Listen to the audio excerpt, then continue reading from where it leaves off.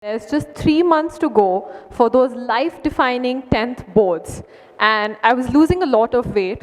And no, I did not intend on doing so. I was drinking a lot of water. I had a loss of energy. And we got all the required medical tests done. But then one day, suddenly, and thank God for my mother being so mindful and so observant, she just came into my room at 6:30 a.m. and checked my blood sugars. In that moment, it all came down to just one number, 326. That one number became the definition of my entire life. On a random December wintry morning in 2013, I was diagnosed with type 1 diabetes. The first 2 years of my diagnosis were extremely tough. And well, not because it was something really new to me, but because I lost a sense of who I really was. Life had pushed the restart button without even asking me. I was in the NCC in school, and I was preparing to be an army doctor. But the Indian Army requires you to be medically fit even to become a doctor. So hence, I suddenly had to have a new plan for the rest of my life. And I moved to fashion, well, only because I dreaded maths and I was so done with science. Adding on to all of this newly diagnosed diabetes and hormonal changes because, well, puberty is something that's really natural with your hormones changing, you having a lot of changes in your body. But you know how teenagers are, they're really mean and they can really make your life miserable. And I was that one teenager back in school with all of this happening in my life, and I had to make myself really collective. Now, as a 16-year-old, a couple of months in during August, I started slipping. My grades, my marks, my friendships, my own energy levels got down, and I was in depression. Back then, depression was a word that not many people wanted to talk about. 10 years ago, people believed that only the adults have the right to be depressed. But now I was that one teenager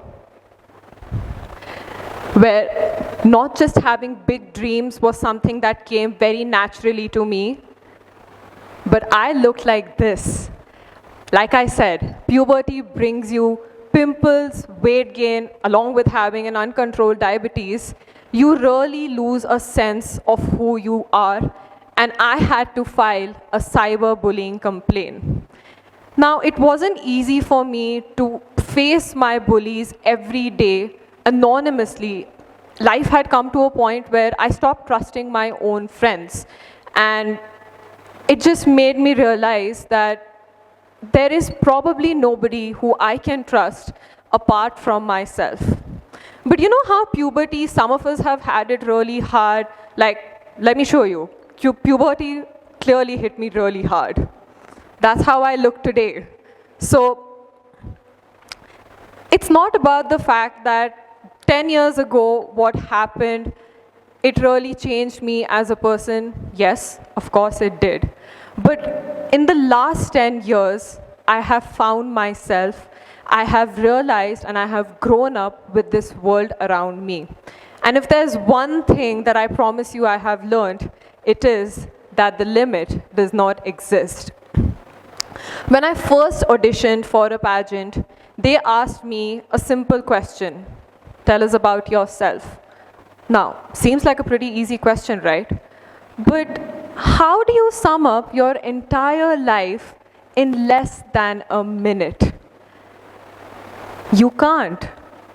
In that 1 minute, you have to give them an overview, also because you are signing up for one of the most important jobs that you have dreamt for. It never mattered where I was coming from, because they never asked me for my degrees, for what numbers did I have in life. All they wanted to know was, who was I? Seek knowledge, not numbers. Because these numbers will not have you a guarantee to your happiness, to your success, and basically to the contentment that you really need in life. I saw my first pageant at the age of 11, and I grew up admiring beauty queens with, say, tattoos, girls with bob cut hair, and also women who saw the world as their oyster and didn't believe in the fact that they should be joining the entertainment industry immediately after the crown. I saw women who I really admired for their strength to be able to stand up for themselves and take charge of their life. Today, I have 5 tattoos. I am completely unabashed because I don't just post the happy things of my life on social media. I have an opinion and I give one where needed, and well, because I am the main character of my own life. But this is all what I think now. Back then, it wasn't so easy to convince myself to be this strong. Whether you are 7 or 70, when negativity hits you, and it will, with fame, with money, with growth in life, there will always be someone trying to pull you down. But if you take care of the 2 most fragile parts of your body, the mind and the heart, I promise you, life becomes a lot more easier. Now I want you to think, because when you are bullied, you have no sense of where you're going. Let me show you an example. I had a lot going on being said to me, and this is all that I was going through as a 16-year-old girl. This is what happens to me even today. I'm still bullied because I don't behave like a typical Indian beauty queen. And well, I stood true to my 12th grade yearbook quote, "Never stop being who you are." And that is something that I have stuck to even till now. Even if that means that I might end up offending somebody on this journey of my life. So, with the year of the pandemic, everybody has now suddenly been talking so much about mental health. And rightly said, we should be talking about it. Why not? But in 2016, it was really tough for me to actually find myself a solution, because I had accepted it that, yes, I am in depression, but no, I don't want to be in this state. So I built a little bit of courage for myself. I had courage to walk up to my mother and tell her that, yes, I have a problem and I need to take help. And mind you, I did not ask her. I informed her that I am going to get out of this. To have that courage, it helped me realize that with this courage all through my life, the number of times somebody has tried to pull me down, I have only stood back up even stronger than before. To have acceptance that I'm not just done yet, because at a point I started to believe that maybe life and world would be a better place for my family if I simply just didn't exist anymore. That was my acceptance back then. But today, my acceptance is this, that I am yet to live and achieve all of the dreams that I have seen for myself.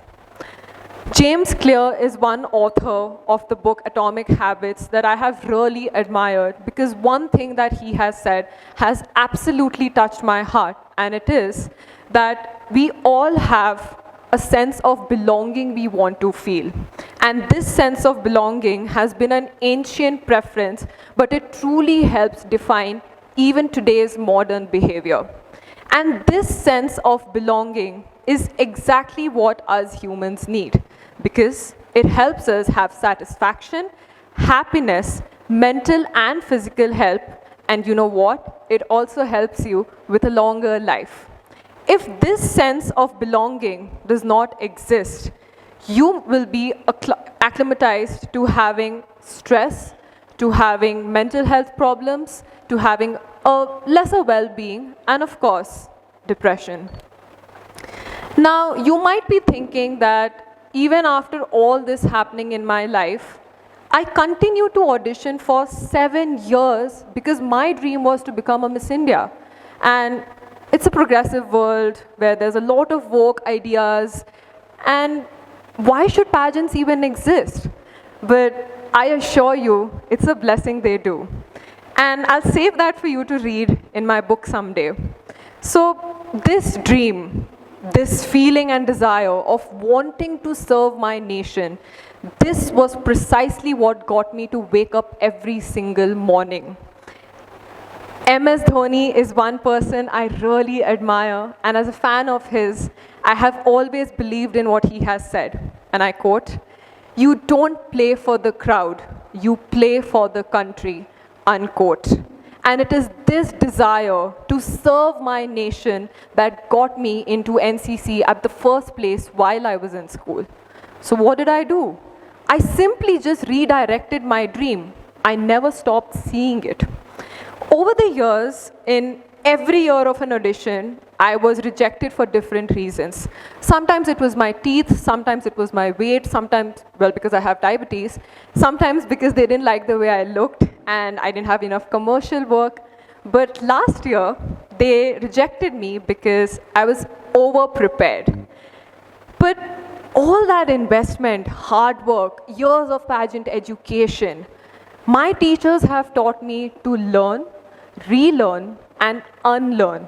How was I supposed to unlearn all of that and get myself to not be over-prepared? I didn't go back to that organization. What I did is simply equivalent to how you would apply for a job. Because when you apply for a job and say one company rejects you, what do? You move on to another interview, right? And then that company is probably the place where you belong, because the previous company didn't hire you simply because you were meant to forge on a path and go where you really belonged. In 2018, my own organization rejected me, and I took their feedback really seriously. So last year when I went back to audition for them, they knew me, they knew my story, and they knew that I had to come back stronger. And stronger did I. You know, when you're sitting in an interview and an employer says that we're not hiring you because, say you didn't know digital marketing. So what do? You go back, you learn digital marketing, you don't crib about not knowing it, and it becomes an added skill for your next job interview. And now this person is really impressed because you had an added skill, and you never know, maybe you might even get a bonus. That's exactly what happened with me. All of those years of preparing myself got me a bonus in life. In 2020, which honestly feels just like yesterday, mental health was something that we all talked about. And that's when I realized that, okay, if not now, then when? So I took my health very seriously. And with gradually a better diet, a better workout plan, and yoga for my mental stability, I found myself to be in the best shape of my life, the best diabetes numbers, and having a lot more focus and consistency. This only helped me rather to become more determined in achieving my dream.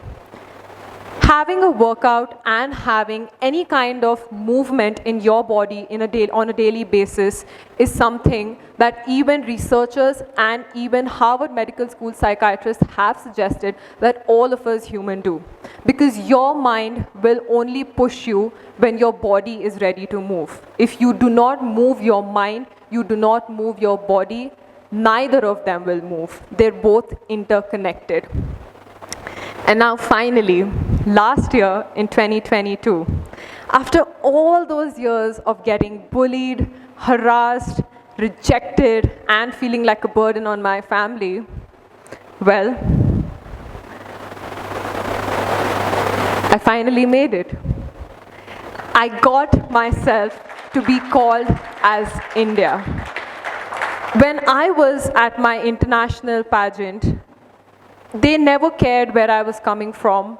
They never asked for my marks or my grades. Nobody even knew there that I was a type 1 diabetic despite me taking my injections. It all mattered to this, that I am India. I am the heartbeat of 1.4 billion people, and I was on national duty. Never in my wildest of dreams did I think that my 24th birthday last year would have turned out to be my actual 24 karat gold birthday. And I say 24 karat gold because I went on to the most golden pageant in the entire world.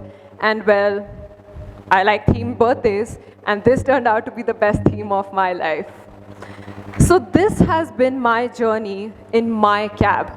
And what I can give back to you is that it's a bad day, not a bad life. Don't give up, stay consistent, and be motivated.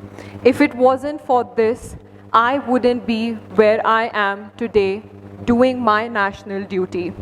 Let me take you on your journey of a cab. C is for courage, A is for acceptance, and B is for belonging. When you have courage, when you see yourself as courageous, you will not be giving up on your dreams. Because if you feel like giving up on your dream, just ask yourself 2 questions. Why did I have this dream in the first place?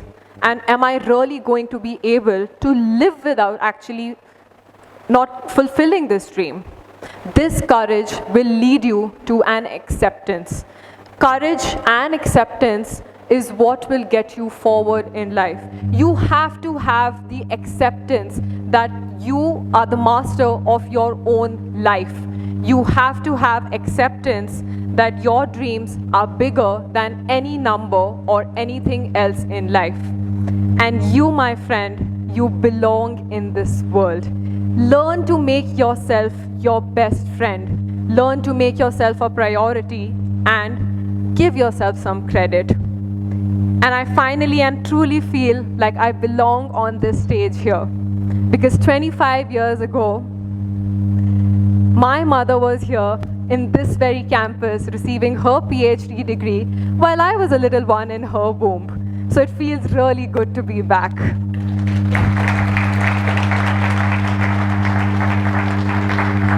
And before I end, you need to realize that this cab, you have a driver taking you to your destination. This driver is your rejection, your feedback, your setbacks. But the location is always in your hands.